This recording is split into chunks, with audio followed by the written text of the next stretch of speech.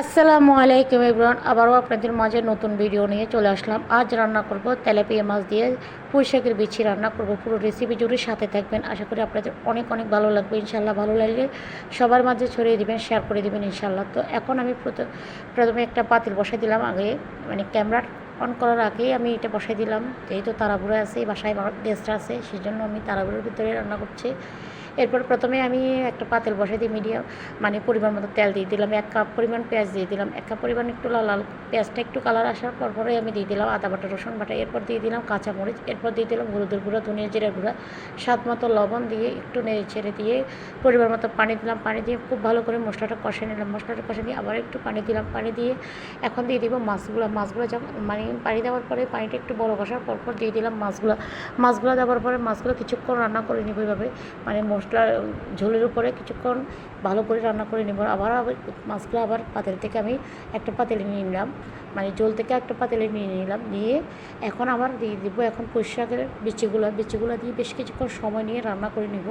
বেশ কিছুক্ষণ সময় নিয়ে রান্না করলে বিচিটা এতটা মজা হয়। এই বিচিটা আমি আসলে ছোটোবেলায় একদম খেতাম না, এখন অনেকটা ভালো লাগে, রান্নাগুলো অনেক মজাই লাগে। তারপর বিচিটা যখন একটু নরম নরম হয়ে আসছে, এখন আমি আবারও আগে থেকে মাছটা তুলে রাখছে, সেই মাছটাই এখন দিয়ে দিব। মাছটা দিয়ে একটু একদম নেড়ে ছেড়ে দিব, হালকা মিডিয়াম পরিমাণ মধ্যে একটু পানি দিয়ে দিব। পানি দিয়ে আমি ক্যামেরার আউটসাইডে পানিটা দিলাম। পানিটা দিয়ে কিছুক্ষণ রান্না করে এখন একটু রসুন দিয়ে তেলটা একটু বাগার দিয়ে দিলাম। বিশেষ করে নামানোর আগে একটু বাগার দেওয়ার পরে খুবই মজা লাগে। তো গরুর মাংসের রেসিপিটা আমি সবসময় দিই, তাই আমি দেওয়া হয়নি। আর আজকে তাড়াহুড়োর ভিতরে রান্নাটা সেরে করে ফেললাম। গরুর মাংস দিয়ে একটু আলু দিলাম। গরুর মাংস দিয়ে একটু আলু দিলে খেতে অনেক অনেক ভালো লাগে।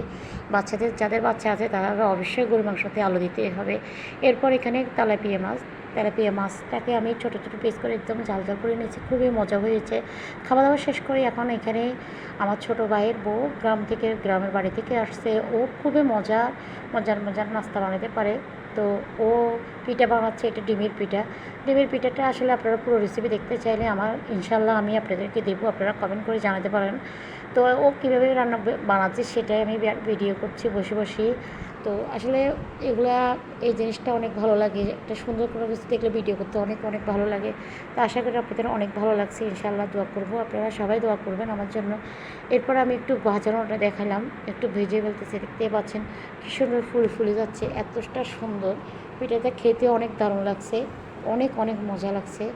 তো পিঠাটা ভাজানো কমপ্লিট হয়ে আসছে, তখন আমি লাস্ট পর্যায়ে একটু ভিডিও করে নিলাম। দেখতে পাচ্ছেন কতটা সুন্দর হয়েছে, কেমন হয়েছে সবাই একটু কমেন্ট করবেন, আমাকে বেশি বেশি করে সাপোর্ট করবেন। আজকের মতো এখানে বিদায় নিচ্ছি। আল্লাহ হাফেজ, আসসালামু আলাইকুম।